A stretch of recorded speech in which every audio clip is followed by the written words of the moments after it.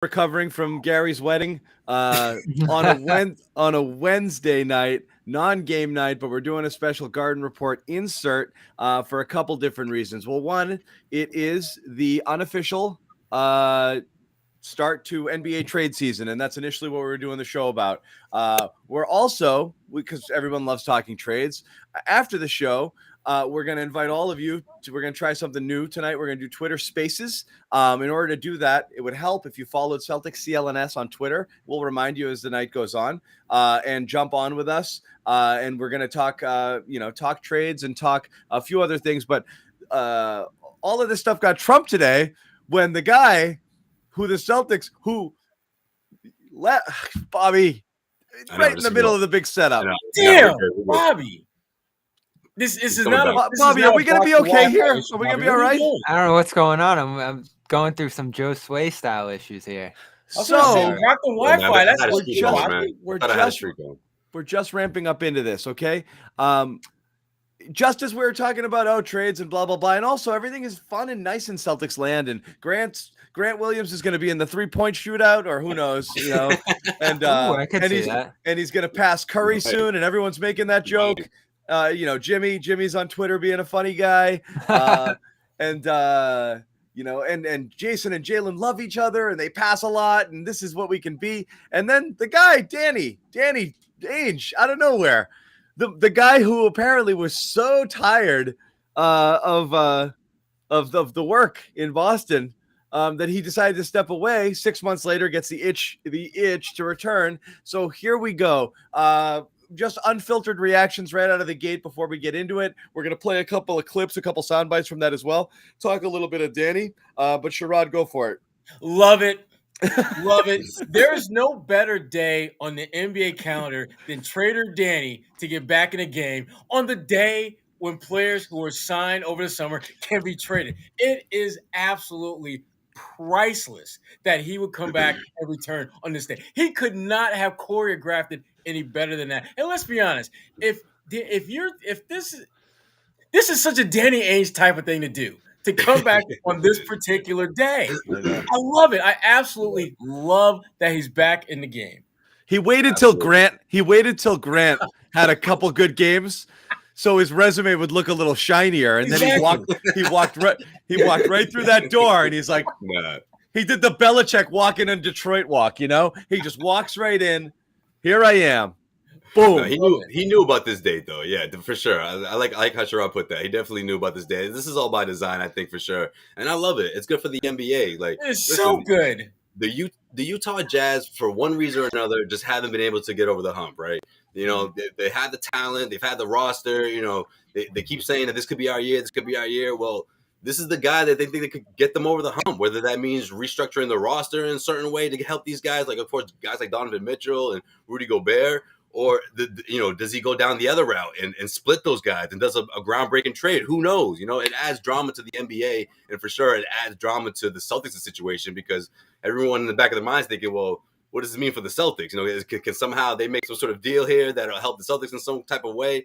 I don't know if they would involve someone like Donovan Mitchell, but who knows?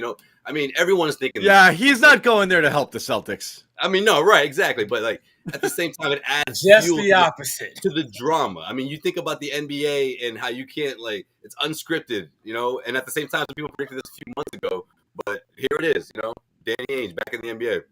Yeah, it's kind of mysterious, not in the sense that you didn't expect it to happen, because I think this was fairly well forecasted from the start, his willingness to come back into the league and do it with a Utah. I know we kicked around Portland a little bit for obvious reasons, but the Jazz were always going to be the team that piqued his interest, and he even said today that he expected them to come calling. He kind of had an idea that the owner of the Jazz was going to come along and look for him to step into this role. Now, the role's really weird. Seems like he's just kind of like a shadow GM to the GM who's already there. They had to assert several times that the GM in place, Justin Zanik, I believe, is still in full control there, and he's going to be taking calls and doing all these other things. So I'm not really sure what Danny's job is out there. He's certainly not going to be wheeling and dealing. This Jazz team's kind of set with what they have here. So I don't know how much suspense actually is. Jay-Z is still in charge, okay? Jay-Z is still running things. He made that clear today. But here's the thing about that, though. He may be officially running things, but they didn't bring Danny in here just to sit in the Is corner this like and more just in smile. Philly? Yeah. I think you're going to see Danny slowly but surely kind of slow drip his way into power in Utah. And it makes sense. That Yeah, team is just you don't come in like that. You're right. It's his show, but he's gonna in the beginning be like, he's got to no. play his role. Right, because he has to It's all evaluate the about Jay-Z. situation. I'm just here to That's help. why. Yeah, in I'm the just beginning, here to help. he's going to Yeah. play his part in exactly evaluate the situation. And then when he puts in his 2 cents and when he wants to make moves, guys will back that up. You know, he has the track record. When the GM answers to you, you're not here to help. You're the boss. Okay, this is, you know, it just is what it is. But it's a title that will make the general manager feel a little better about their job and less like whatever. And it's complicated because the other guy's gonna be doing the work, right? And Danny's ramping back his hours. It's perfect for Danny. That's the new world without accountability. That's the way he likes it. Exactly. That's the way he's going to have power without the accountability. You can never get away with that in comes Boston. with the job. Without the hustle. Right. No, I mean, look, this is exactly what I mean. You see this a lot of times now. People come in and they hire their GMs, which is like, can you do all the busy work and I'll just say yes and no? You know, like Dave Dombrowski, he came in from the Red Sox and they're like, yeah, Ben can stay as GM. And Ben's like, fuck that, get out of here. And he left, but then they hired a GM. So there was a GM under Dave Dombrowski, but Dave Dombrowski's running the show. I know this is a weird title, but it's basically he's president of basketball operations and he has a GM underneath him, like who does the whatever. So he's running the show. Not the situation. But the thing about it, Danny is in a position where he's insulated. If things go sideways, that's not on him because he's not the GM. But if things go amazingly awesome and Utah finds a way to win a championship this year, guess who's going to get a lot of that blame pie? Danny Ainge. Perfect. Yeah. This is why I love Danny. This is such a Danny Ainge power move. I love this. I love this. And you could tell right from that NBC interview we kicked around last week. You could tell from the press conference and from the way that the shakeup went down that Danny, look, and this is what it all comes down to. And I'll ask you once again. I was very dubious that Danny just said in February or March, oh, I'm tired. No, he was clearly nudged nicely out the door in an organization that wanted to make sweeping changes. And Danny was like, we love everything you've done, but what do you think? Maybe we're done here and we'll give you a soft landing and an easy exit and make it seem like it's a retirement. And that's what I always believed. Does anything here change your mind? No, I think that Danny right now knows it, right? Well, I think Danny at that point knew that, if he walked away from the game, he was going to have some options on getting back into it. It was a matter of not if, but when he would want to re-engage himself. So to me, Danny knew that this is probably how things are going to work out within a year or so after he left the Celtics. He would wind up in an organization that had a much closer and, frankly, a more realistic shot at winning a championship than he was going to have here in Boston. And it would allow him to kind of pick and choose the organization that he would be with. And even though with this situation in Utah, they said that it kind of started to snowball when they were in the Bahamas playing golf and all that stuff, which, again, I think that may have been part of the conversation, but I don't think that was the He must be so good at golf. Yeah, exactly. At some point, listen, the thing about Danny Ainge, we all know this. He is a competitor. How many times are you really going to get juiced up about beating someone's ass in round of 18 or 36? At some point, you want to get back to what really drives you, what gets your adrenaline pumping. As Danny talked about, he was back in the gym in Utah, and he was feeling that adrenaline rush. He needs that. He is a basketball lifer. This extends that in a way that, frankly, benefits him because, like I said earlier, he has the ability to get credit for the success without the accountability for failure. That is how it's going to play out in Utah. If they struggle or suck or whatever, that ain't on Danny. Listen, we don't care. It is about Danny. I love it. We don't care. We don't care about the Jazz ultimately. Why isn't he here? That's the question of the day, right? Well, why isn't he in it's a question. It's a question of the day because you asked it, but. And I agree, it's a really good question. And I was going to play that in 1 second. I want to play this soundbite first, Bobby, and then I'm going to get to yours because it was a really good question. Two questions. One, why isn't he here? For sure. The other was just basically him talking about, you know what? I might just skip ahead to the Bobby question. I like that one better. Hold on. I'll pull out Bobby's question because there's a little bit of both in here. What Ainge ultimately said was he was tired. of Boston. He got a little fed up with it. But Bobby, asked him this question at the press conference today. I'm curious, with this new role you're taking on, whether this would have been possible in Boston with something where maybe you took a back seat to Brad stepping into that GM role. Were there any discussions like that to kind of have a role in Boston, possibly like this one, where you did take a step back? And why wasn't that possible in the end?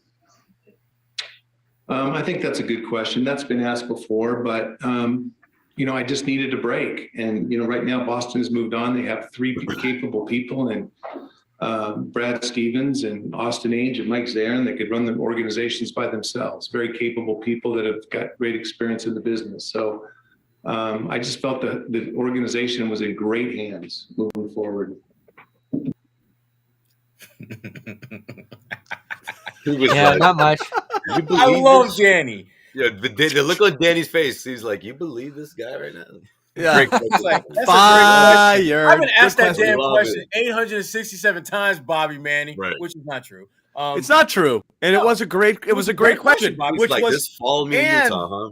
Bobby. I'm going to tell you why I love the question. Beyond whatever it is a roundabout way of basically saying you were fired, right? Because what you're saying is great. You have your reasons for leaving Boston were the day-to-day grind, and you needed to step back, and life and family, and all of these things. And now you're taking a role that theoretically would allow you to do that because it's not as demanding as the previous. So that begs the question, Mr. Manning, why not here? And the answer is because they didn't freaking want me. So again, while he didn't straight up answer it, Bobby, he basically did. He told you, it really wasn't happening. Well, he said they had a good thing going there, and I think that coincides with saying, they were ready to move on to Ime and a whole nother, setup. See, I guess I don't think that was at all involved.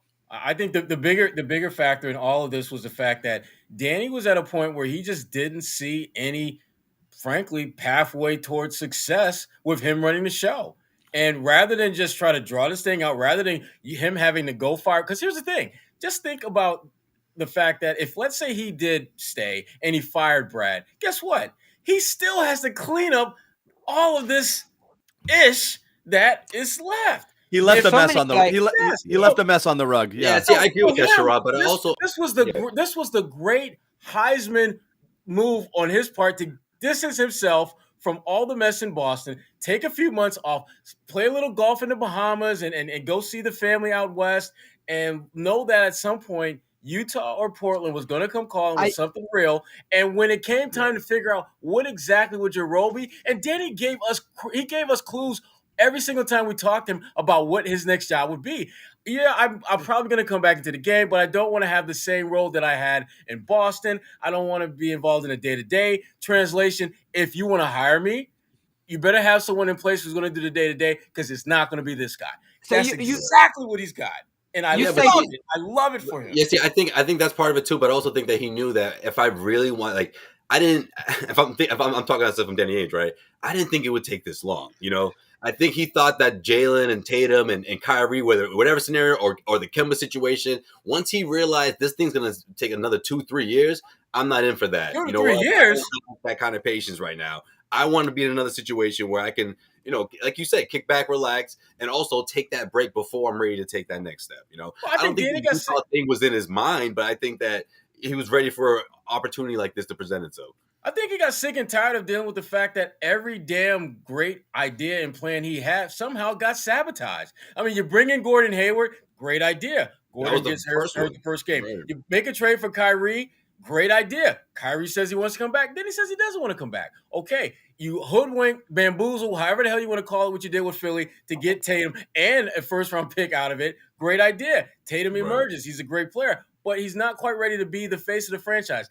Jaylen Brown, another good pick. Again, not quite where you need to be in order to be a championship elite team right now. So if you're Danny, you're thinking like, damn, what else can I possibly do here to put us in position to win? It seems everything I do, for some reason, doesn't quite work. So yeah, you say fire, John. I do think, like Sherrod said, there was probably some level of agreement from Danny that this just isn't working for either side here. I don't necessarily think the Celtics would have just booed him out the door entirely if he wanted some sort of role. At the same time, I do think there's got to be some. I don't think so. I think performance over the last couple of years. Again, it's hard to say, Bobby, and you might be right. I think it's hard to keep him around if you're basically telling him your leadership and stewardship kind of got us to this point right now. While we value and revere everything you've done for this organization and bringing us the banner, and we want we want to just remember you for the good things. You've really screwed things up in the last 3-4 years in a pretty almost irreparable way. So we need completely new direction in here. So That's the key point. I don't want you in over somebody's shoulder signing off, because that's kind of sort of you still making the decisions. Listen, So it is not you can't really bring him. Well, like I said, it was a good question in the sense that it gives you clarity on the question, how did the exit actually go down, which really seems to me and always has like a force out. But I don't think it would have worked with him staying here, because I just don't think you wanted him. You didn't want his fingerprints on anything going forward. You really wanted a clean sheet and to start all over. But why Brad? That's the outstanding question. The money, right? I think. And again, we keep going back to the same thing. I really do feel that Absolutely. This is a... So look, Brad was gone. Ainge was gone. Danny slipped it in a really subtle way in that answer, which is like they've got a good team there with Brad and Austin and Zarin. I really feel like this is the little triumvirate there that's kind of the placeholder GM situation in Boston that had to do with Brad's... Look, we said it there. Danny got fired. Brad got fired up. You know, they wanted a new coach and a new GM. They moved Brad up because they thought he could utilize some of his skills there. To me. And it is very weird, but weird. That's what made the most sense then. I still think it makes the most sense now as you're starting to get some answers. Danny clearly wanted to keep working. 6 months later, he gets a job. I mean, that's it. That's the story. And right now, whatever's happening there, what's interesting to me is, does Brad start? What happens if Austin and Zarin leave? Then is Danny hiring? Because I thought about that as well. That's my fear. Yeah, that seems likely after this season. Now you're left with Brad. Now it's Esser get off the pot situation with Brad of like, is he really the GM and is he really running the whole thing? Yeah, we'll see about Zarin. There could sort of be a split there, maybe, because it's ultimately who wants to go out to Utah and relocate and restart and all that kind of stuff. Yeah, that split. Listen, it's not as relevant for us here and what we're talking about. That split. We're waiting on Presti. We're waiting on Presti. Maybe if I'm going to lose Zarin, bring me Presti. That's the only thing, because well, then you're restarting the organization, which is scary in its own right. Presti is pretty but on the fly though. He would restart it on the fly. It wouldn't be. I mean, Presti is pretty damn good about this. See, now that's what I didn't want though. You have this year where Brad does all of this stuff and lays a groundwork for something, and then all of a sudden a new ideology comes in here, even if it's better.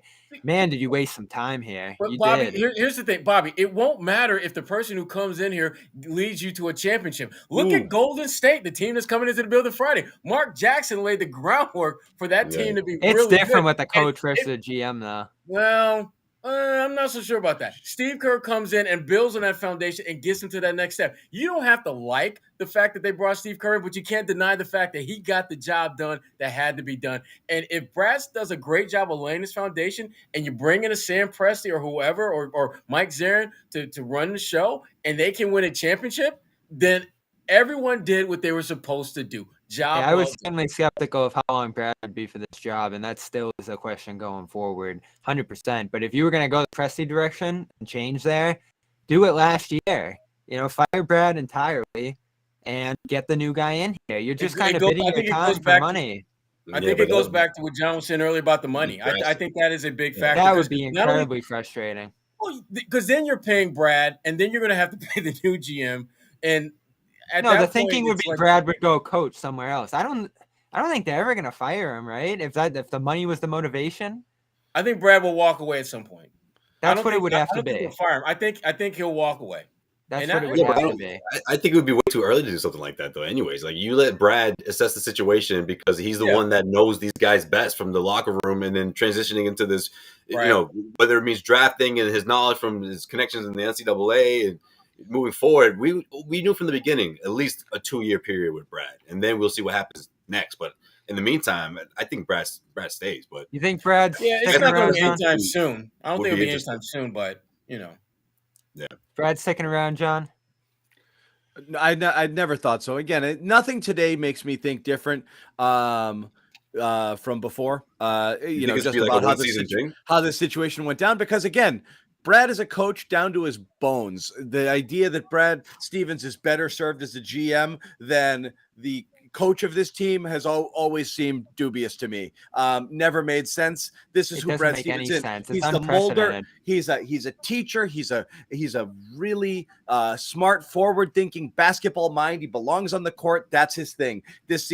It seemed completely out of character, which is why we all dropped our jaw. Doesn't mean he can't do a good job. It's possible he can. It just seemed odd, and the reasoning behind it seemed fairly obvious, which was placeholder, move this up, hold the line. Let's put a Band-Aid on this, and then we'll move forward in a little bit after we've paid down some of your salary. We can get this done this way. That's what it seems like, but who knows, man? They may love everything about him and think he's boy genius, and that's that. And and so be it. He could be here for 10, 15 years. I don't think so. Yeah. But that's it. I know people in the chat are a little bit tired of rehashing stuff that happened already. We just wanted to talk about this because it was fresh. Anything else before we move on to the trade stuff, which I know you guys were interested in, as trade season has officially opened up here. So we're going to start talking a little bit about that, and how quickly we see some moves already, a little bit of buzz out there. So we'll talk about that. But guys, you want to put a bow on Ainge here at all? I'm good. I'm good to move on. I'm just glad that he's back in the game. I'm listen. I don't agree with a lot of the things that Danny does, but I respect the hell about the way he approaches things and how competitive he is in that role. And again, I'm glad to see he's back in the game. And frankly, his role is awesome. I mean, accountability when things go well, no accountability when things suck. He's got the best job in the NBA right now. Sign me up, right? Yeah. Yes. Yeah, agreed. Guys, final thoughts here? Yeah, go ahead. Yeah, I'm just gonna say at the end of the day, that's what he is. That's who he is to the heart. He's a competitor, and I think that he's gonna take that spirit out west and find that opening. And with the Lakers looking the way they're looking, and there are a couple teams obviously at the top there, but Utah, they have the talent for it. So I think it's gonna be interesting to see what he does with the team, and from that role. Yeah. It's cool. I'm glad to see it. Bobby's mad. He's like, man, what's going on? Listen, I was always one of the guys who blamed Ainge more than Brad. I never want to fire Brad. I thought he did a fine job as coach. I thought he was a great leader for this team in the head coaching role. Listen, ultimately, I know Brad had to go. Come on, Bobby. I gotta stop you right there. Brad had to go. You know that, right? Yeah, I know that. They were done listening to him. Not that he's a bad coach, but with this group, they were done listening to him. But it's not his fault. I think he's an excellent coach, but it's not his fault. Why no one in the chat cares about this is because everybody wanted Ainge gone at that point. Like no one was sad to see him go. Maybe I think more people wanted Brad gone, Bobby. But I think many would have been fine with both. But Ainge certainly, from 2019 on, it was bad move after mistake, after missed draft pick. He made all the right moves up until then, and his legacy secure as one of the great GMs the game has seen, building 2 championship-level cores 10 years apart. But man, did those last 2 years kill them and kind of leave you where we are now in terms of the flexibility and trades and all that stuff. Doesn't destroy his legacy, but it was time to go. One fatal flaw. You consolidated all of your assets waiting for that big Kyrie Anthony Davis party that never happened. And you sold out on Kyrie. Well, not only that, you had AD. So you held your assets. AD said, screw you. Kyrie said, screw you. Then Al did. You're screwed. And then Gordon did. And you drafted everybody and you lost them and you let people walk for nothing. And you're right. So it was one after the chain of events after that. Really, I'm most frustrated by 2020. He owns it because all of that happened. You had a champion. He was holding for the big. This is going to put us as a superpower team for the next decade, and it just didn't happen. Didn't happen. Even after the Kyrie and Davis stuff passed, you still had enough talent to win a championship in 2020. No. Maybe the Kemba decision wasn't the right one. But say you keep Rozier and Horford and make some other moves in that position instead. Again, I'm never going to question Bobby, the Kyrie trade, which we were all 1,000 out of 1,000 people thought that was a phenomenal deal, and you would do it again, and it blew up, and it happens. And nobody wanted Rozier back, and everybody was geeked up that Kemba was going to be the Kyrie replacement. At the time, both of those seemed like phenomenal moves. They just ended up not working, but he swung them both. And those looked like wins, and they didn't end up being wins. So I'm not going to do the hindsight game on those, because I think universally everyone was like, "That's great." And the first few months of Kemba, you're like, "Oh my god, it's like 90%. It's like 90% of Kyrie without the drama, and what a good guy, and people like him. We'll take. He's better than Kyrie." Well, no, but what I thought you were going to say, if that 2020 team in the bubble was completely healthy, obviously Kemba Walker, no injuries. Gordon Hayward is completely healthy. You know what that team would have done with the talent they had, but they were close even with all those injuries. So maybe you get a bench piece in there, you flip some of the picks. Right. You don't go as young as they did with that 2019 draft. I mean, there are so many second guesses from those 2 years, and feels like forever ago now. But man, they could have won it all that year. All right, so let's move along. As we said, one of the reasons we were going to do the show in the first place, because the trade season started. Want to give people a little programming note. What we're going to do right after we're done talking here, we're going to take this over to Twitter Spaces. Probably, I'm going to judge your trades like Ramsey. Bobby is going to weigh in on your trades, and if he doesn't like them, bam, drops the hammer, just launches you into Twitter Space. And that's it. Out of Twitter Space. Right, launches you right into Twitter Space. You're gonna get unfiltered Bobby. Yeah. So we are doing it. A little program. It's called Trading Spaces. Get it? So join us on Twitter for that. Right after this show, we'll literally direct you. Make sure you follow us at Celtics CLNS to talk about some trades. So let's talk about some trades. Unofficial start to the season.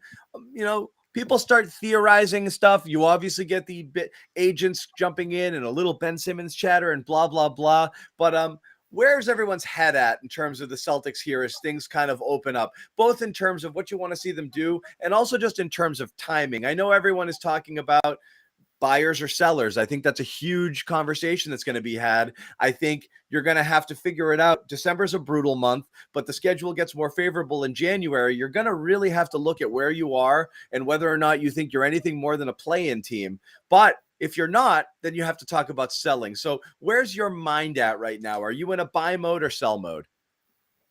Sherrod, start with you.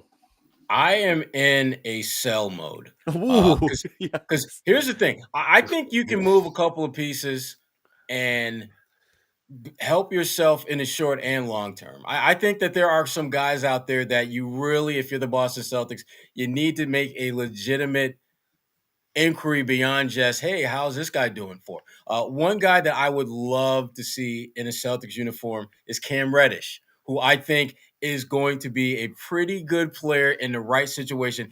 Atlanta's just not a good fit for him. You think that one's possible? What's that? You think it's possible? Well, I think, let's put it this way. He's available. I do know that. And it's just a matter of, do you have any assets within the Celtics roster that they would be interested in? That, to me, that's the issue. That's the biggest issue. I love that one.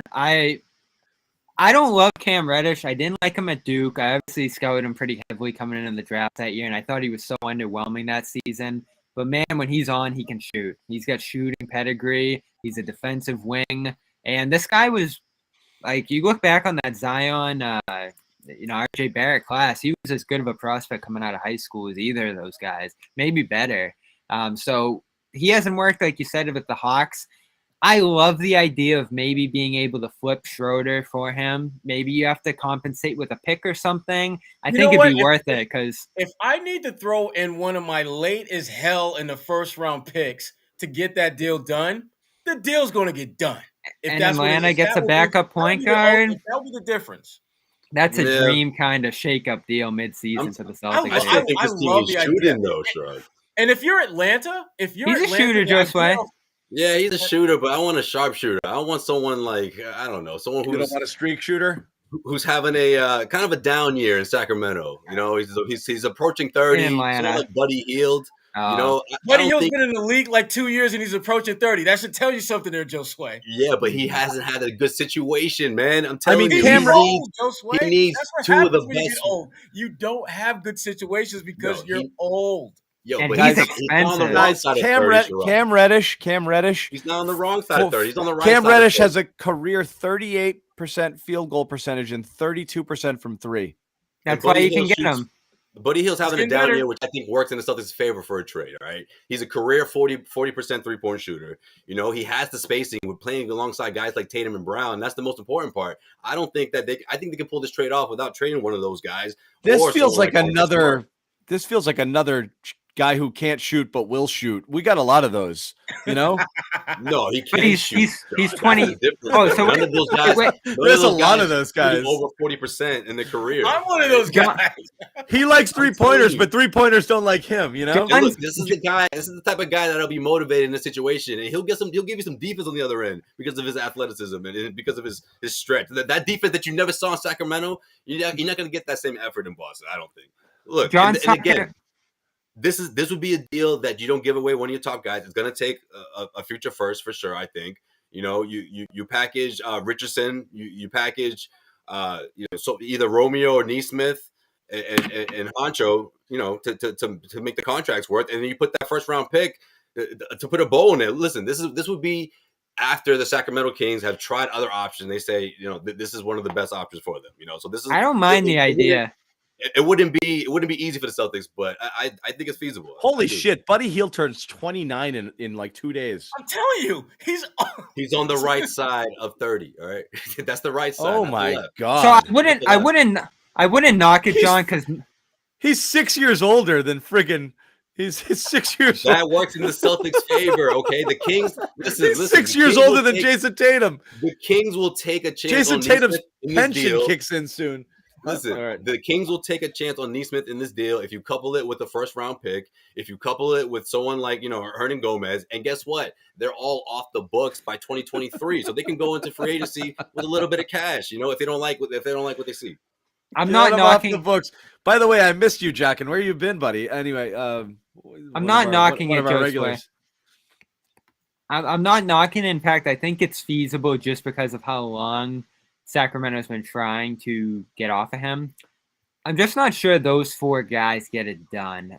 There's probably something out there, and he's expensive. That's a killer, right? Like $22 million for 3 years. Bobby, that's really my biggest issue with it is the cost tag, is a price tag. Because all he does is Come shoot. on. He In a doesn't couple give of you years, anything $20 else. million is going to be nothing in the NBA. Come on.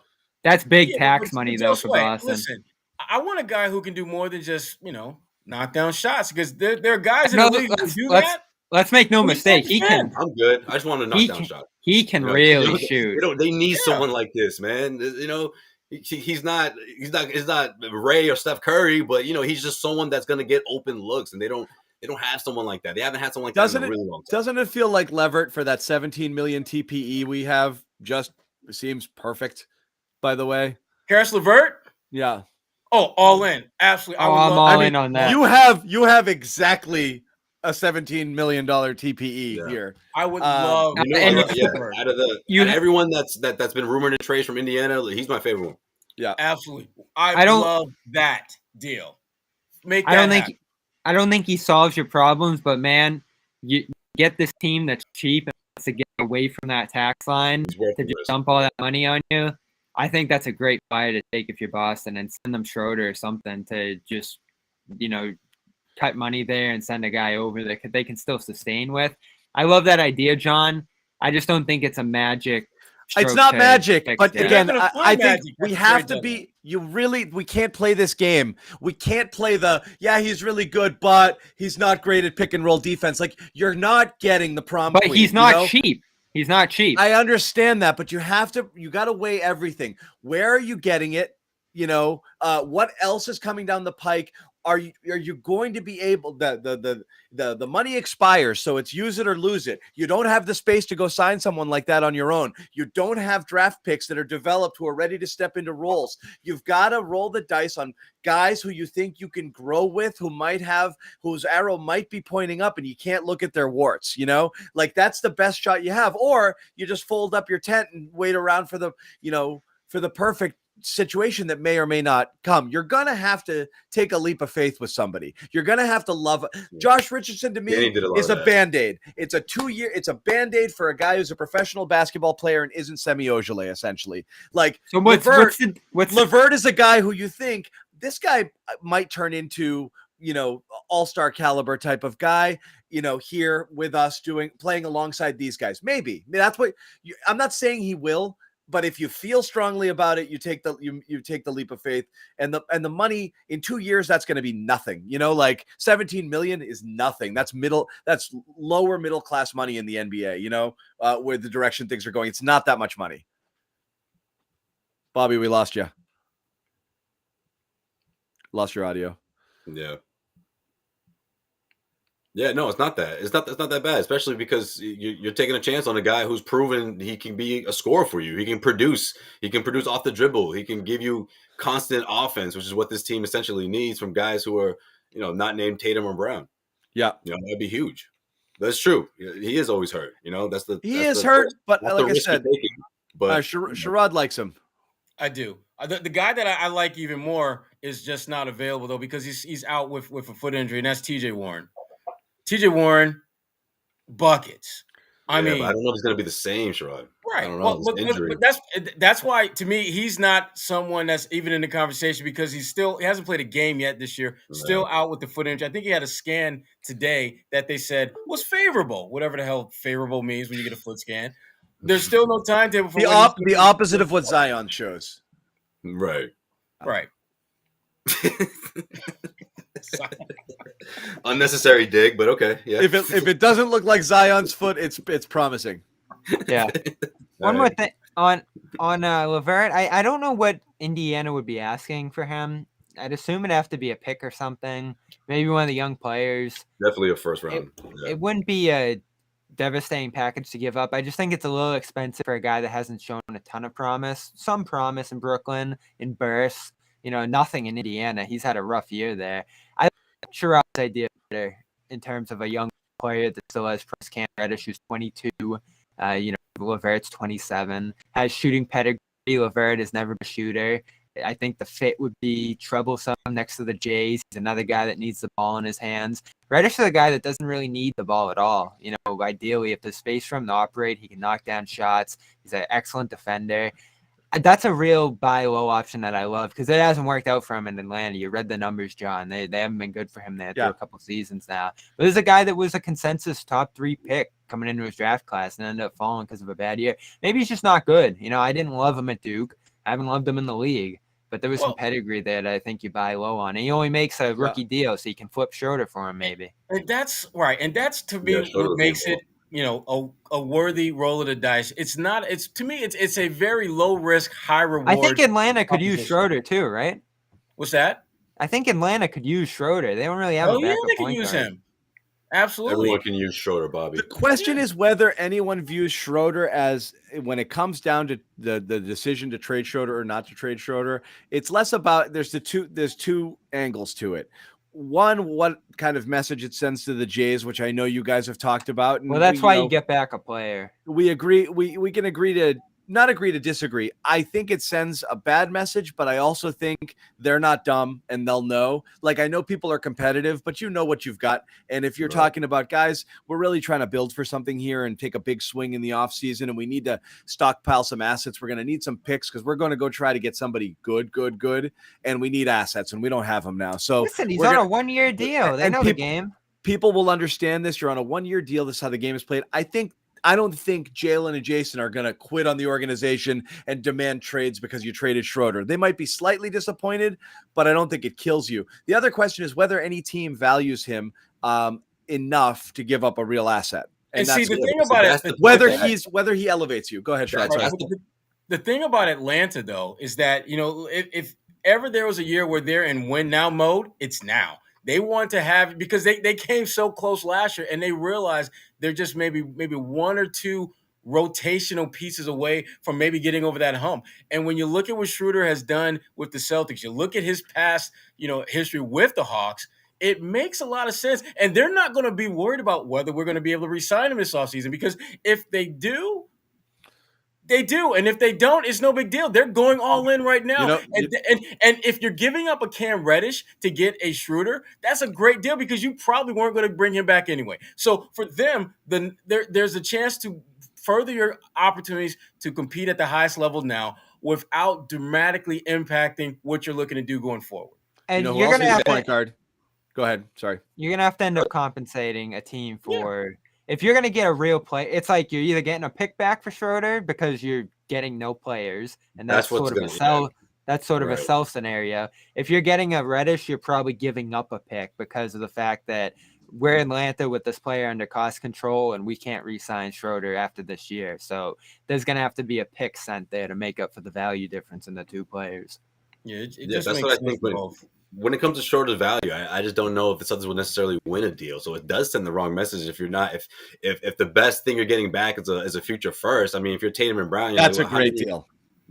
But at the same time, if you're Tatum and Brown, you're like, well, what about this year? We I think need getting that anything for from is a offense. good deal. But Honestly, do you if he's believe? going in for a deal for someone like Cam Reddish? That's a different conversation. You know, Do you believe for real, Josue, that Jason Tatum and Jaylen Brown think that Dennis Schroeder is the difference between them making a run or not? I don't know whether or not but if they you're do. taking away one of their I don't offensive think- weapons and you're not getting someone that's If Dennis equal Schroeder's value, minutes- they're not going to be happy. If Dennis Schroeder's minutes are going to be divided among, Peyton Pritchard showing a little bit more confidence in his shot and Romeo Langford starting to play more meaningful minutes and Jason Richardson, who's more of a team-oriented player and isn't going to dominate them. Josh Richardson, sorry, team-oriented player. You think Jalen and Jason are gonna lament the touches that went out the door with Schroeder leaving? No, They Brown might- will get more touches. They might But that's the exactly. thing, They might know be that's like, not the recipe. See, Okay, but they if might this be is like, still- I can live with it. program.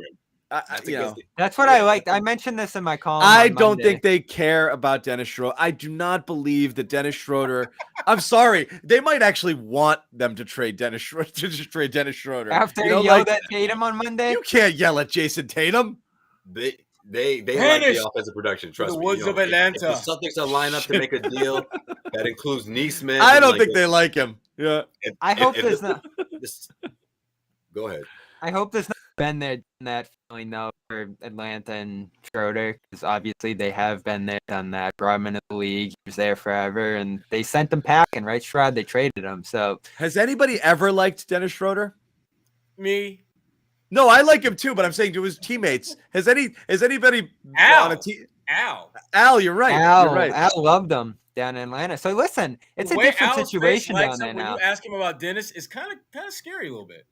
Yeah, that's just like one of his favorite. And again, teammates. Yeah, I'm not yeah. so I'm not worried about the message. I'm worried about whether a team views someone like Dennis Schroeder as the guy who's going to put us over. You know who might be dumb enough to do it? The Knicks. Oh, Because the Well, Knicks, when will you get back from New York? I don't know. What do they got? Kemba, Kemba again. Yeah, Kemba? Kemba. Another dose of Kemba. I'm good. I said it tongue in cheek. Then everyone I will be a probably- Kemba fan again. Yeah. What's I that? probably Anyway. wouldn't. I said it tongue in cheek earlier in the week. I probably wouldn't do it, even with the compensation from the Knicks. So right Wait, now, what You are? probably wouldn't do it, Bobby. Well, here's That why. means there's a percentage of you that thinks this might actually work. Here's why I would think about it, Sherrod, because you're gonna get an unprotected first round pick from the Knicks this year. That's what, like 13 right now. Not terrible. I think the Knicks are jumping. There's up into no the way the 20s. Knicks would give that.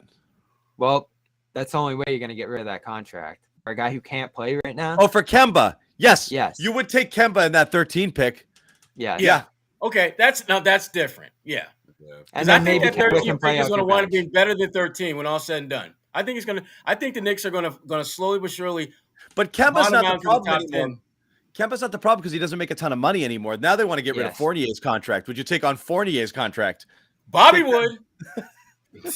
No, just because you'd have to match it, and that's sending out too much stuff. I would have signed him to that, but no, I wouldn't trade for that. Kemba, Kemba I would do that. I would absolutely do that. and the first this year. Now that's the sell scenario, probably, right? Because unless Kemba can become a bench contributor for Boston, he's not helping you that much right now. So I'd rather go for a young player who has some promise. I'm looking at the Bucks a little bit. If I'm going to bring up a shorter trade, the Bucks, they're a thin team. They have much of a bench in terms of scoring and facilitating. They're obviously a championship contending team, and they have a ton of shooting. Take your pick. Grayson Allen, Pat Connaughton, Dante I don't want DiVincenzo. Grayson. Could you take? You wouldn't trade Schroeder for Grayson? No. Oh, did you That's see just the me overtime not game liking there? Grayson. He was. Bobby, it has nothing to do with basketball, has nothing to do with the salary cap, has nothing to do with He and Tatum hated each other. I just don't like him. He and Tatum didn't get along because Tatum showed up as a freshman and he's like, I'm the man. And like they had an issue, right? You see what I'm saying? I just don't think He's that just would bad be vibes. good for team. How about the local kid, Pat Connaughton? I do like Pat. Everyone likes Milwaukee's not Pat. letting go. I do like Pat. Milwaukee's not letting go Everyone of him, though.